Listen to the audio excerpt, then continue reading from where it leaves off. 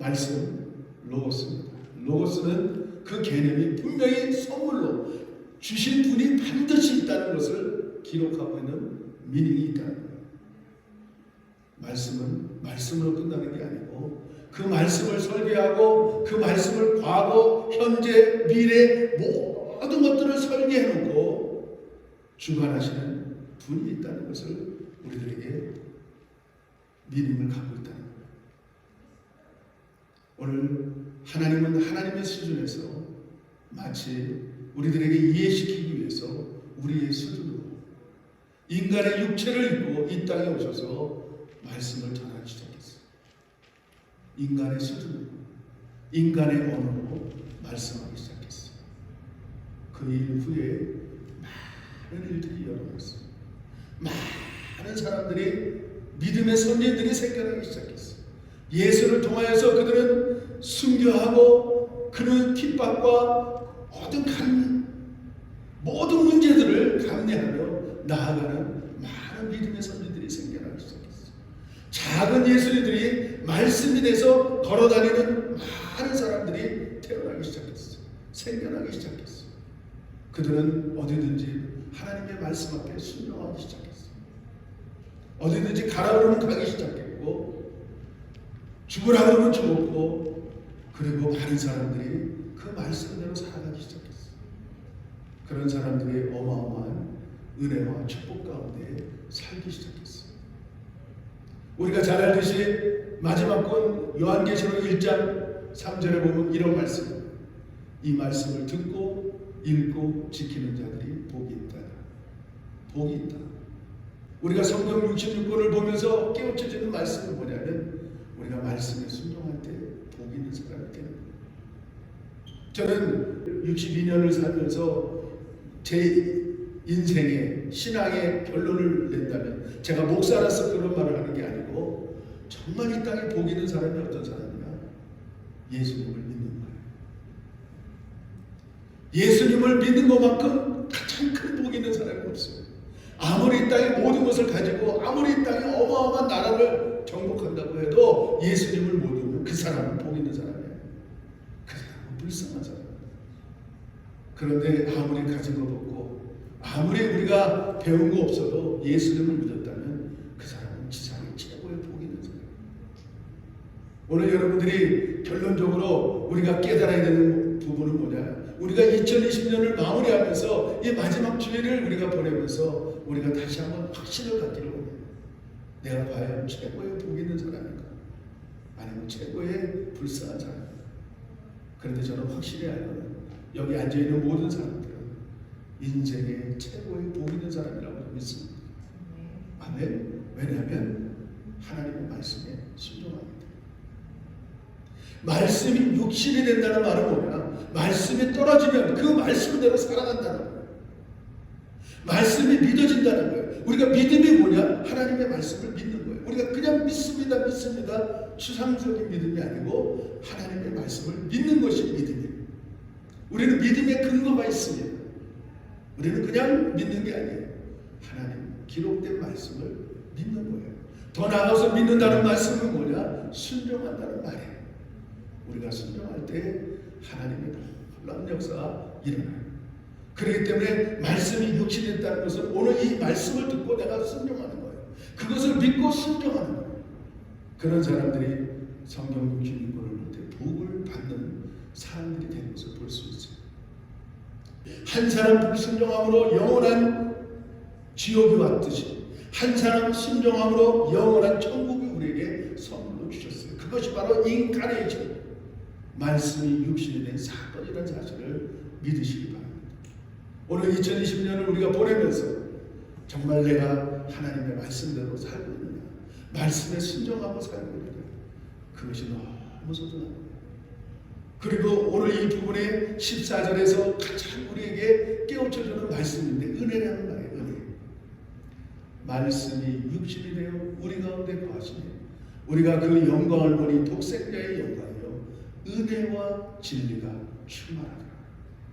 오늘 누가복음 15장에 보면 우리들에게 복음의 결정판을 우리들에게 가르쳐주고 있어요. 한 아버지의 두 아들이 있었어요. 막내 아들이 어느 날 그는 아버지에게 요구합니다. 아버지의 재산 3분의 1이 내 거 아닙니까? 나에게 달라고 보채기 시작했어. 아버지는 너무너무 사랑하기 때문에 그 막내 아들이 요구하는 것을 재산 3분의 1을 떼서 줬어. 그는 아버지 없이 살고 싶었어요. 그는 3분의 1 재산을 받아 그는 허랑방탕, 얼마나 연락하고 얼마나 그 잔치를 벌이는 거예요. 술과 도박과 그 다음에 여자로 그는 그렇게 인생을 허비하기 시작했어요. 아버지 없으니 얼마나 좋은지 몰라요. 부모가 없으니 얼마나 좋은지 몰라요. 얼마나 우리 인생의 모습이 아닌지 몰라요. 부모 없이 살고 싶지만, 부모 없이 살고 싶어서 떠나지만 결국은 부모 곁에 돌아오는 것이 우리 인생입니다. 그 당자로 결국은 아버지 집에 가면 이제는 아들이라 칭하는 것도 내가 원치 않아. 얼마나 겸손하게 낮아졌는지 몰라요. 얼마나 겸손하게 낮아졌는지. 아버지 집에 돌아가면 그냥 푸푸리 하나로 나를 먹여만 줘도 좋겠다는 거예요. 그래서 그는 결심을 해요.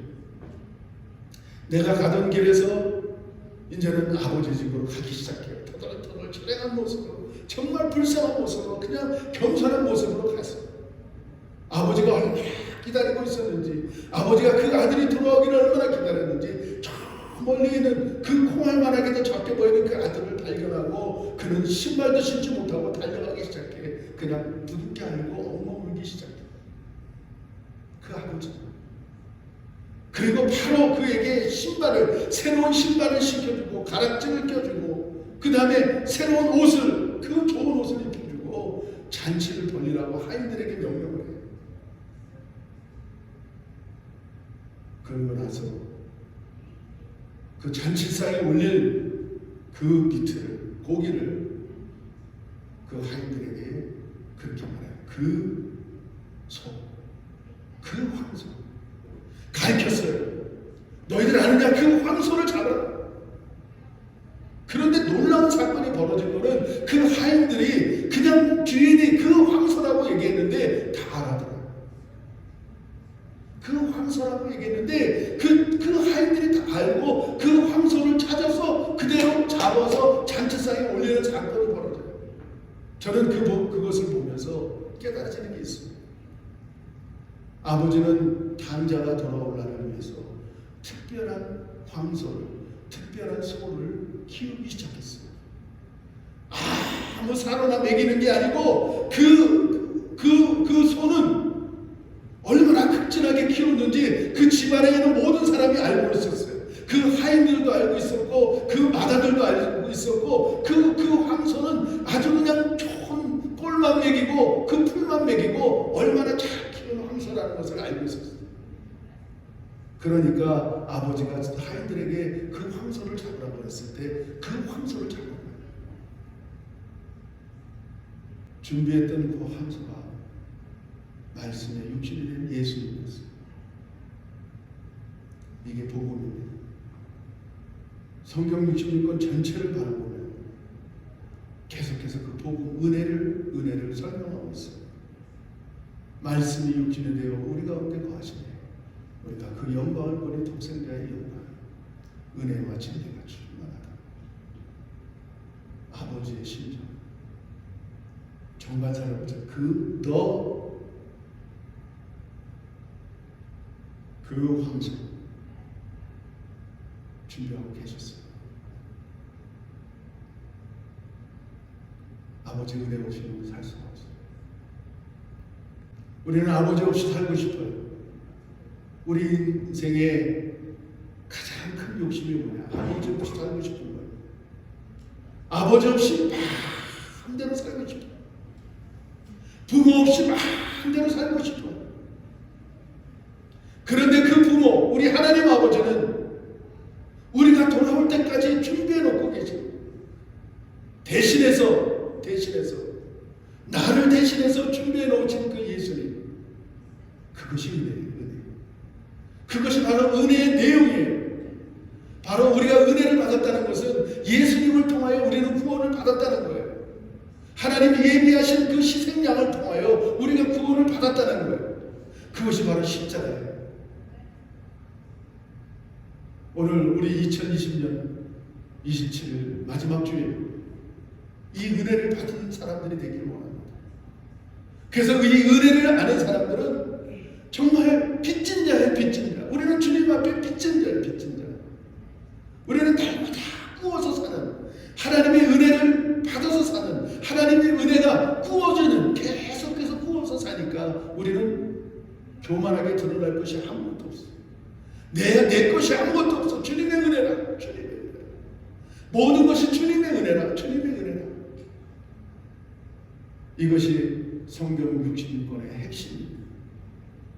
여러분과 저는 은혜를 받은 사람입니다. 하나님이 예비하신 그 은혜 속에서 우리는 정말 은총 가운데 사는 저와 여러분들이 됐어요. 앞으로 2021년도 우리 또 은혜 가운데 살 거예요.